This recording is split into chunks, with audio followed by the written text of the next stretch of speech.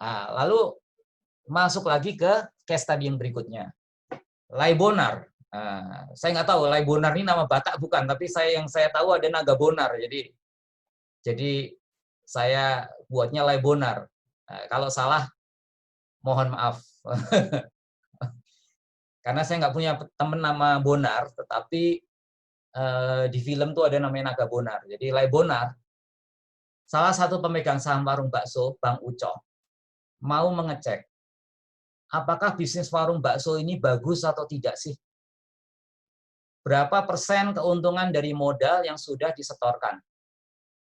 Oke, jadi Laibonar ini nanya, karena mungkin Laibonar ini pengen menjual saham yang dia punya. Atau dia cuma pengen, aku mau ngecek deh investasiku di baksonya Bang Uco ini berhasil atau enggak. Gitu kan. Oke. Dalam istilah financial, nah ini, ada namanya return on equity. Jadi return on equity itu orang, aku sudah mengasih modal ke satu perusahaan, aku sudah beli rumah, ini duit awalnya aku beli rumah itu sekian, ya kan? Sekarang harganya berapa? Berapa returnnya? Gitu. Jadi seperti itu. Nah, return on equity atau yang disebut dengan ROE, atau itu formulanya itu adalah earning dibagi dengan equity.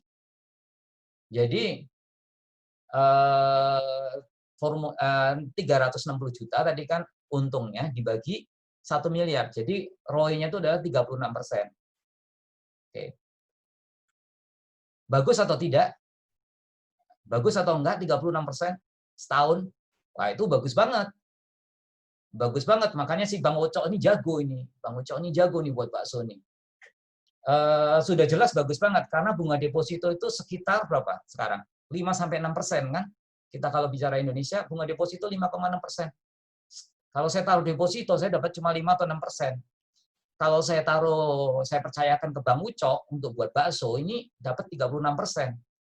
Ini hebat banget ini si Uco ini. Ya kan? Nah ini, dalam analisa saham ini menjadi sangat penting. Cari ROE yang lebih tinggi dari bunga deposito. Kalau lebih rendah, ngapain kita taruh ke Bang Uco? Kalau Bang Uco misalnya jual saham dalam tempo 1 tahun, untungnya cuma 1%, ngapain kita taruh ke tempat Bang Uco? Mendingan kita taruh di deposito, nggak ada resiko. Ke Bang Uco ada resiko tutup, ya kan? Taruh di deposito aja, untungnya udah 5-6%. Jadi semakin tinggi ROE itu semakin bagus. Artinya apa? Ya tingkat pengembalian terhadap yang modal kita taruh itu tuh lebih besar.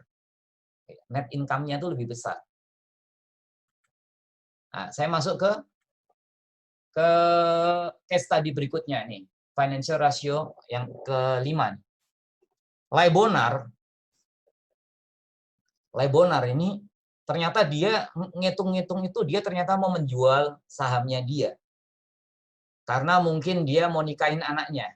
Jadi Laibonar ini mau nikahin anaknya, nah, dia butuh uang untuk pesta, ya kan? Nah, Laibonar ini lalu menjual saham warung bakso miliknya. Jadi dia modal dia waktu awal tuh tadi berapa? 100 juta kan? Lalu dia berpikir nih, modalku ini 100 juta. ROE-nya tuh 36%. Loh berarti kalau 3 tahun balik modal dong. Kayak gitu kan. Wah kalau aku jual 100 juta, rugi dong aku. Gitu. Karena 3 tahun aja udah balik modal. Kayak gitu kan. Nah, wah jual ini nggak bisa 100 juta nih. Kemurahan banget ini.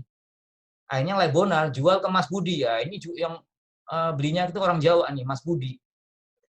Saham miliknya seharga 360 juta. Jadi price itu sekarang 360 juta. Kalau ingat nggak di presentasi awal tadi, saya bilang bahwa secara teori ekonomi, price itu adalah titik pertemuan antara penjual dan membeli untuk suatu kesepakatan untuk bertukarnya either itu barang atau jasa. Nah, jadi dalam hal ini adalah yang ditukar itu adalah sahamnya si Laibonar. Oke ya. Jadi karena profitable, akhirnya mereka sepakat nih. Pasti Lebonar, oh 500 juta, oh nggak bisa kemahalan. Lalu Mas Budinya nawar 150 juta. Akhirnya mereka akhirnya setelah naik turun, akhirnya ketemu di harga 360 juta. 360 juta ini adalah price atau harga. Nah, ini kita masuk ke istilah financialnya nih. Price. Nah, ini tadi saya sudah jelaskan. Price-nya itu ada 360 juta. Kesepakatan antara Lebonar dan Mas Budi. Price earning ratio, nah, disingkat PER. Lalu price earning ratio-nya ini adalah rumusnya adalah harga dibagi earning per share. Nah, harganya berapa? 360 juta, ya kan? Harga yang disepakati antara Lebonar sama siapa tadi? Mas Budi. Itu 360 juta. Nah, earning per share-nya tadi dari slide sebelumnya adalah 36 juta pendapatan per saham. Nah, berarti PER-nya atau ini adalah 10 kali. Nah, secara umum, PER lebih kecil itu lebih murah. Tetapi yang menjadi pertanyaan adalah murah atau murahan. Nah, itu yang perlu diakses. Murah sama murahan itu beda. Kalau murah harganya tinggi, tapi harganya turun. Nah, ini ibu-ibu yang paling jago nih. Ibu-ibu yang paling jago. Mereka bisa ingat, oh harga udang kalau misalnya di Lulu atau di Carrefour atau di mana tuh harganya biasanya sekilo, saya nggak tahu harga udang berapa. Misalnya sekilo, misalnya 40 real misalnya. Oh sekarang nih harganya nih 20 real nih. Ini murah, gitu kan? Karena biasanya harganya segitu. Nah kalau murahan beda cerita. Murahan tuh ya memang murahan gitu kan. Itu antara murah dan murahan tuh beda. Demikian juga untuk saham gitu kan. Nah, jadi kembali ke sini, ibu-ibu itu punya kemampuan lebih besar dibanding bapak-bapak. Bapak-bapak itu mau beli 50 real dibeli, 20 real dibeli, 30 real dibeli. Ibu-ibu itu mungkin nyampe 5 tahun yang lalu saya beli udang itu harganya 5 real misalnya. Itu masih ingat kayak gitu kan. Bapak-bapak nggak pernah ingat kayak gitu. Oke, lalu saya lanjut istilah berikutnya. Price book value. Nilai buku. Ya kan? Book value-nya per share tadi berapa? Ya itu tadi kan modal yang itu kan sama dengan equity kan 10 juta tadi. Harganya 360. Harganya 36 juta. Jadi PBV-nya itu adalah secara umum lebih kecil lebih murah. Tetapi sama. Price book value ini juga sama dengan PER, yaitu murah atau murahan. Itu dua hal yang sangat berbeda. Saya lanjut berikutnya. Nah, ini case study yang berikutnya, yaitu Bang Ucok memang orang yang visioner. Nah, ini Bang Ucok ini, nggak tahu, mungkin Bang Ucok ini bisa dari Medan, dari Pahai, atau mungkin dari mana yang terkenal itu? Siantar. Simpang 2. Dari Siantar Simpang 2, kayak gitu kan. Iya. Yep. Oke. Nah, ini orang yang visioner, ya kan? Akhirnya sepakat kalau sepertiga keuntungan itu akan dibagikan ke pemegang saham. Nah, keuntungan persentase keuntungan yang dibagi ke pemegang saham itu namanya dividen. Itu istilahnya. Lalu 2/3-nya itu akan dimasukkan ke pengembangan usaha. Karena si Bang Ucok ini, wah kalau saya bagikan semua ke kamu, sampai 5 tahun kita cuma punya satu warung bakso. Tapi kalau 2/3-nya saya masukkan ke pengembangan usaha, 5 tahun lagi mungkin kita sudah punya 5 warung bakso. Nah ini si Ucok nih, hebat nih si Ucok. Ya kan? Si Ucok hebat, dia visioner. Akhirnya dia meyakinkan pemegang saham, cuma memberikan dividen sebanyak 1/3 dari keuntungan. Masuk lagi ke istilah financial nih. Nah, di sektor financial itu ada istilah namanya payout ratio. Dan ini dalam percentage, dalam persentase. Yaitu sepertiga. Dalam kasus ini ada sepertiga.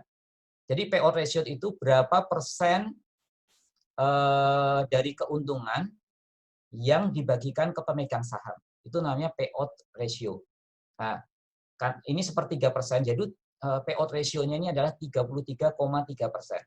Itu namanya payout ratio. Oke. Nah, lalu namanya adanya itu dividen. Dividen itu adalah yang dibagikan ke ini dalam jumlah amount. Jadi kalau payout ratio itu lebih dalam bentuk persentase, kalau dividen ini satuannya adalah uang. Dalam saham di Indonesia kasusnya yaitu rupiah. Jadi sepertiga kali 36 juta, karena keuntungan per sahamnya kan tadi 36 juta. Jadi yang dikasih ke pemegang saham adalah 12 juta. Itu namanya dividen. Lalu ada istilah lagi namanya itu yield. Nah, ini dalam bentuk persentase juga. Yield itu rumusnya itu adalah dividen dibagi dengan harga. Oke. Jadi rumus dividennya itu adalah 12 juta dibagi harganya adalah 360 juta. Harga per sahamnya 360 juta. Jadi yield-nya itu sebesar 3,33%. Itu yield. Nah, ini ada istilah lagi namanya retain earning. Di dalam retain earning ini ada kalau laporan keuangan itu ada 3, ada namanya balance sheet, ada namanya income statement, ada namanya itu cash flow. Retain earning ini ada di balance sheet, di kolom equity. Jadi ada di balance sheet ada beberapa main area. Itu ada di main area namanya equity, itu ada namanya retain earning atau namanya itu laba ditahan. Bahasa Indonesianya laba ditahan. Nah, nilainya adalah 2/3 dari net profit. Karena kan tadi yang untuk pengembangan usaha 2/3, akhirnya 2/3 kali 360. Jadi masuk ke retain earning itu 240 juta. Nah, retain earning ini digunakan untuk macam-macam dalam suatu perusahaan. Yang pertama adalah untuk pengembangan usaha. Jadi dikumpulin dulu, misalnya si Ucok nih, 240 juta dia simpan. 200 tahun berikutnya dapat 300 juta dia simpan. Setelah itu buka satu warung bakso lagi kayak gitu. Jadi retain earning itu bisa disimpan untuk pengembangan usaha atau juga untuk dipakai untuk kayak semacam bumper. Bumper itu misalnya kayak kasusnya kayak sekarang nih. Corona ini kan, ketika terjadi corona itu kan demand-nya turun. Otomatis profitability juga turun. Nilai dari retain earning itu bisa untuk bumper yang kayak kejadian-kejadian yang seperti ini, untuk kayak bumper sehingga pemegang saham nggak dimintain duit lagi, intinya kayak gitu. Jadi untuk atau nggak perlu utang. Jadi retain earning itu ada banyak fungsinya. Tetapi fungsi secara umum adalah untuk pengembangan usaha. Itu retain earning. Nah, sekarang pertanyaan nih. Lebih bagus mana antara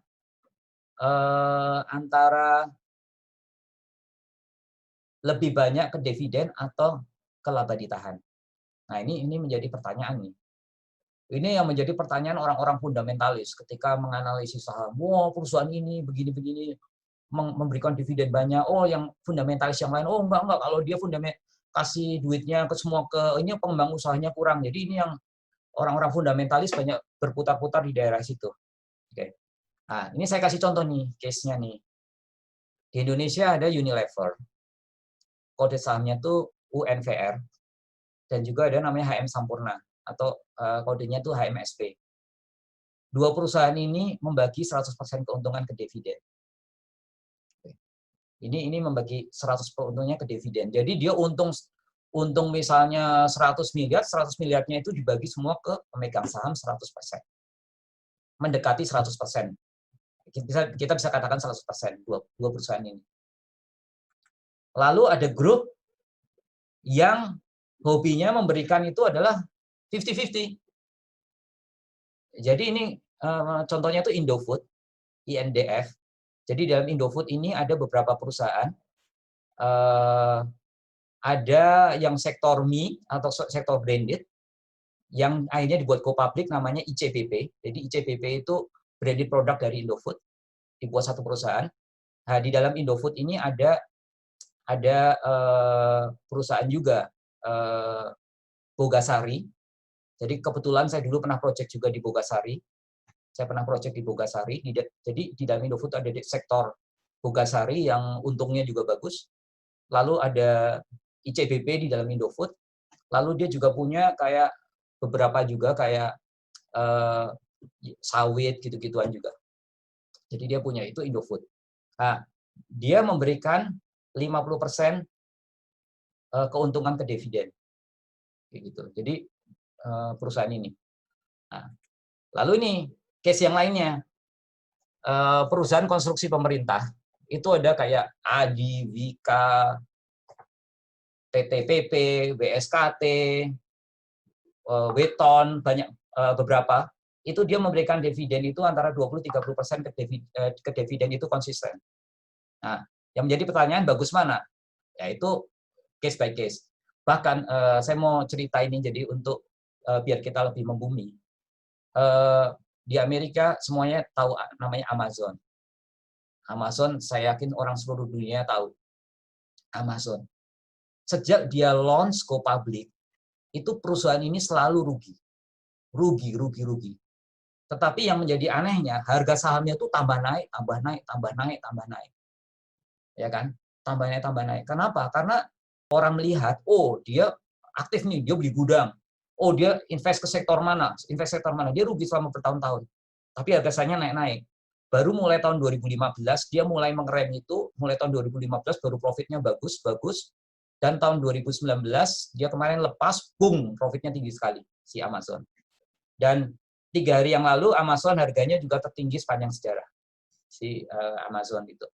Jadi, mana yang lebih bagus, ya itu tergantung dari perusahaan dan dari sudut pandang mana kita mengakses tersebut.